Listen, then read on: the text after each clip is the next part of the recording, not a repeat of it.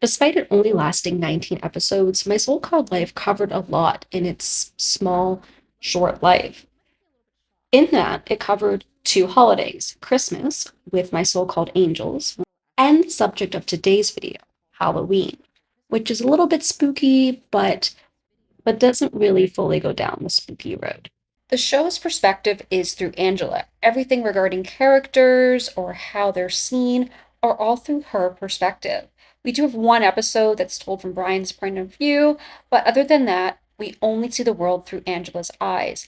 Halloween, through these costumes and masks and the roles that we play, even if just for one day or maybe through other parts of our lives, they kind of give more insight into these people and, how things are affecting them, whether it be work or school or their love life or whatever.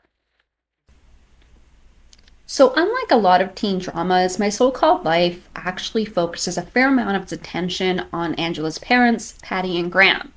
And by this point in the season, we know that they are hitting a rough patch. Something wrong here, am I right? We're drifting apart from seeing each other too much. We've become like furniture. They've hit a lot of bumps along the way, and well, let's put it this way, their marriage isn't what it used to be. Early on in the season, Patty tried to spice things up by having them do ballroom dancing lessons, which didn't really go over well with Graham, and she also chopped off her hair as a way to kind of do something different for herself. And again, Graham didn't really like that. Additionally, they both worked at the same job. They took over this printing company from Patty's dad. And in the previous episode, she actually fired Graham because she realized that the job wasn't what he wanted to do. Additionally, she's kind of seen as like the mean parent, where she's the one always, telling Angela that she shouldn't do things or that things aren't a great idea. For their Halloween costumes, they actually get given these by a woman who runs a costume shop after she overhears Patty complaining to her friend about, the issues that they're going through, the fact that they waited last minute and everything. The costumes that she gives them are a princess and a pirate. And not that Patty wanted these, but as the costume shop person tells her, this is all I have left. So they go home and they put on their costumes, and almost immediately after those costumes are on, do you see something different in them? That difference is that they are now in different roles. And yes, of course, they are doing a bit of role playing, and it does spice up their marriage, at least for the evening, that is, because they basically spend the whole evening, having fun. But there is some symbolism behind these costumes based off of what we now know about them throughout the earlier episodes in the season. Patty is tired of being the one in charge. She's tired of being the one who has to follow the rules. As a princess, she doesn't have to follow the rules. There's always going to be someone there to save her. There's always going to be someone there to make decisions for her. She doesn't have to have a care in the world. And that's what she wants. She basically just wants a break. As for Graham, while he is a pirate, he is also the savior. He is the person in the savior role. And this is something that was lacking in his life because Patty was in charge. She was his boss at work. She's kind of the boss at home, like making sure everything is the way it is. He's the fun parent. But when he's in this role as the pirate, he's the one in charge. He's the one that gets to have the say in everything, do the saving, be the hero, and again, taking on that role. There's also something here that I find is interesting. I mean, yes, it's a princess costume, but it also gives Patty back her long hair, which I find is also connected to this idea of costumes. It gives her more femininity or traditional femininity. The idea of women having long hair and long hair on women being desirable. So for Graham and Patty, to summarize, for them, these costumes allow them to shed the roles that they have taken on and be something else for a little while. For Ricky and Brian, their costumes are as simple as being the other person, at least just for that one day. To give some context, Ricky is the one LGBTQ plus character on the show. For Ricky, a lot of his storyline is him just trying to get through high school. I can't make it through a whole day in there. Really? Yeah, what do you need to hide from? Your life is perfect. I'm serious. I would give anything to have your life. Ultimately, he's going to stand out. No matter how hard he tries to hide, no matter how hard he tries to just, go through the motions and get that diploma, people are going to see him. So for Halloween, he chooses to be the most normal thing he can think of. A person that most people wouldn't give a second glance to. He chooses to be Brian. That's right, he borrows some of Brian's clothes and decides for Halloween that's his costume. Now, it's a little mean-spirited, but it's also very welcoming for Ricky because people aren't going to notice him as well. He's wearing clothes that are more socially accepted. He's, again, kind of, and not to be mean to Brian, but kind of a ghost. He is able to be invisible. Brian, for the most part, is only noticed by the other characters when they need something. He himself is gliding through high school and no one gives him a second thought, unfortunately. So for that one day, Ricky can be him. He can be that ghost. He can hide amongst the crowds of people and no one will even care. As for Brian, he notices that the fact that Ricky borrowed his clothes is kind of being played as a joke, and he gets a little bit upset. So he doesn't really have a costume, but what he does is he becomes the main group. That would be of Angela, Rayanne, and Ricky. He becomes the group's Ricky. Later in the episode, Angela and Rayanne decide to go investigate a possible ghost at their high school, and he tags along. And while he's not Ricky, he essentially tries to be their Ricky. He tries to be the supportive one. He's there to help them. And while, it doesn't work out, that is his costume. He realizes that, well, if I can't be myself today, I might as well break the rules, break into a school, and be someone else.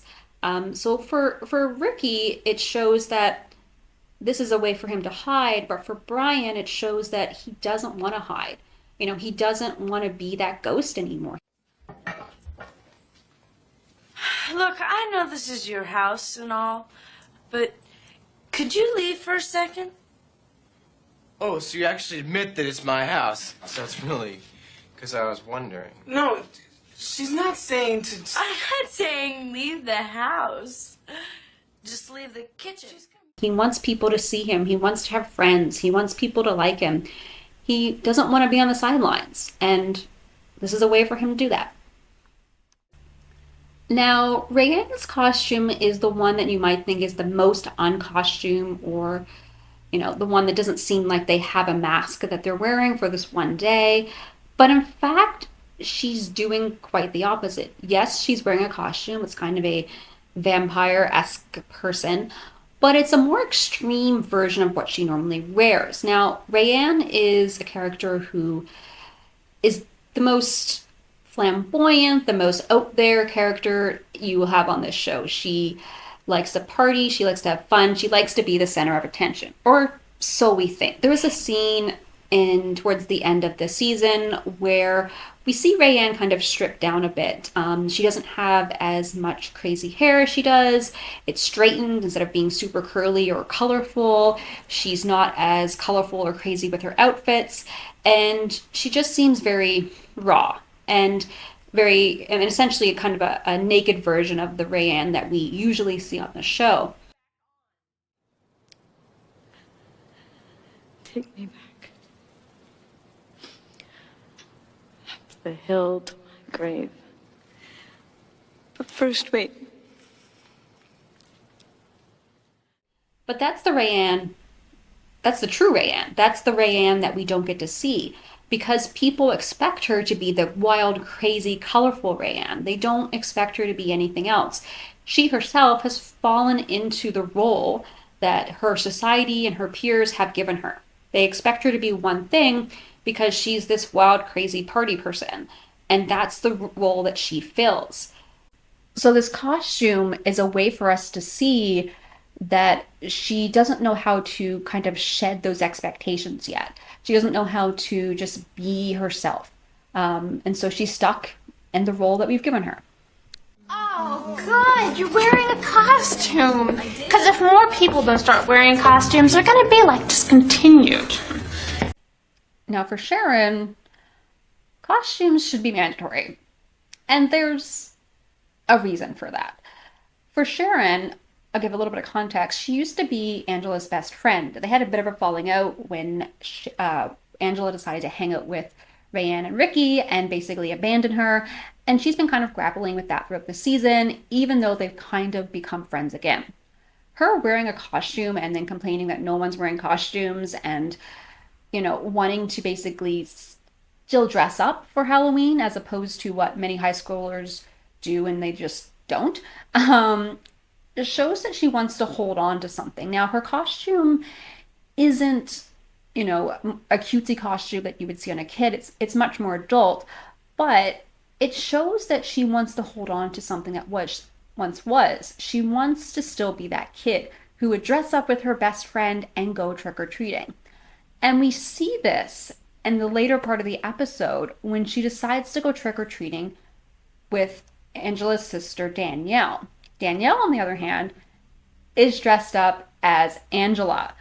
So for a half hour or an hour, she can put on a fun costume, go trick-or-treating with her friend, and still be a kid. She doesn't have to be an adult. She doesn't have to make new friends. She can still have everything the way it was just even a little over a year ago.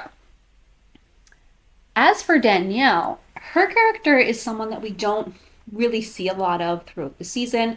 She's more in the background. She's kind of portrayed as this annoying little sister. In fact, when we first see her from Angela's point of view, she's invisible. And she's often played as that. She's often played as somebody who, again, we hear complaining, but we don't really get to see the point of view of, or we don't really have a focus on. But what you see with her costume, so her dressed up as her big sister, we see two things. We see someone who idolizes their sibling. We see that she is someone that no matter, how much attention is being paid to Angela or how Angela has changed, she idolizes her. She wants to be her. Tom's here, sweetheart. Mom, Sharon Chersky and I exist in like two different worlds, okay? I can't just hand her a dish, okay? I mean, it's just not that simple.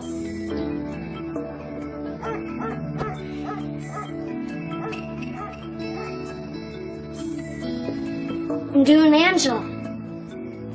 Pretty good, huh? We also see kind of a subtle way of her saying to her parents that you don't listen to me. And they don't. All of their attention is on Angela, what Angela's doing, and what things Angela's do or what things they think Angela's doing wrong. It's never really on Danielle, and she's feeling that. I mean, she's a kid, but she realizes that her parents aren't giving her the attention she deserves. So early on in the episode, her mom's trying to get her to wear this one costume, and she keeps talking about it and talking about it. And then when Danielle comes up with this, it's like, oh, yeah, I'm Angela now. So look, are you going to pay attention to me or what?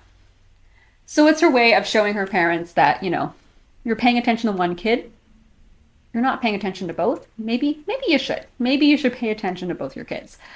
So for Danielle, it's twofold. She's showing her who she loves and who she idolizes, but she's also calling out her parents in a very subtle way. Now for Angela, her costume isn't really so much a way to hide something or to reveal something about herself. Her costume helps her understand someone in her life. So for Angela, throughout this season, she's been trying to get together with Jordan Catalano, the object of her affection, man of her dreams, at least at this point in her life. But she's having trouble connecting with him. And throughout the season, she's learned a little bit about him and why he is the way he is, but she's still not at a point where they actually mesh well together, let's say. In this episode, she finds out that if he doesn't show up to class, he's probably going to fail. She confronts him about it, and he doesn't seem to care, and she doesn't understand why. So what's the message? That you're gonna get kicked out of school. Like it's doing so much for me. For her costume, she's dressed as a 1960s schoolgirl, thanks to Rayanne borrowing some clothes from her aunt. At the same time as she gets this costume, she also gets an old textbook because apparently their school haven't updated textbooks since the 1960s, and this is the 1990s. And the textbook belongs to someone named Nicky Driscoll. And Nicky Driscoll is a bit of an urban legend in their school. He's a person that supposedly fell from the rafters in the gym and died, and there are a lot of rumors as to how that happened. Also finds this sock hop or dance ticket or something like that in the cardigan that she's wearing for her costume, which kind of hints to her that perhaps there's something spooky going on. And that's where that spooky aspect or that supernatural aspect for the episode comes in. So, because she kind of sees Nicky as she researches him, she sees him a bit as like a Jordan character. Wow, that's so cool. So what else do you know about him? About who? You know, Nikki Catalano. You mean Nicky Driscoll? Why would I say? So what does she and Rayanne and Brian, and by some degree Ricky, because he's there for a little bit as well, what the group decide to do is go into the school and see if they can find his ghost, because supposedly he appears, I guess, on Halloween. What do you mean, no? She's right. Wait, where are you going? Go and help a friend do something. No, don't. Please don't. Oh, I gotta do it now. Can't get out of it. No, you're gonna get hurt. You just don't know I'm alive. But you're not. You're not alive. You threw your life away for no reason. And while she does stress to him that, this is something you shouldn't do, you need to do what's right, he basically brushes her off. From this dream, she realizes that she can't actually control people, whether they're Nicky or whether they're Jordan. And, she does confuse the two. She can't tell them what to do. She can't control their lives. She can offer advice. She can offer support. But what they decide is what they decide. So for her costume, no matter if she's dressed as 1994 Angela or 1960s Angela, she can't change people's opinion. She can't change their mind. They are an independent person, so they're going to make up their own mind and they're going to make up their own choices. So for her, a costume helps her realize things about other people. So in summary, what the My So-Called Life Halloween episode does, what it ultimately does is shows us that no matter what type of mask we're wearing, no matter what type of costume we're wearing, no matter what role we're playing, it can reveal more about ourselves than we ever thought. The roles we choose to play, the costumes we choose to wear, whether it's for one day, whether it's a figurative costume, whether it's a physical costume or mask, can tell us so much more about ourselves, about other people, or can tell other people something about us that we may not realize that we're actually showing. So while masks are used to hide, they're also used to reveal.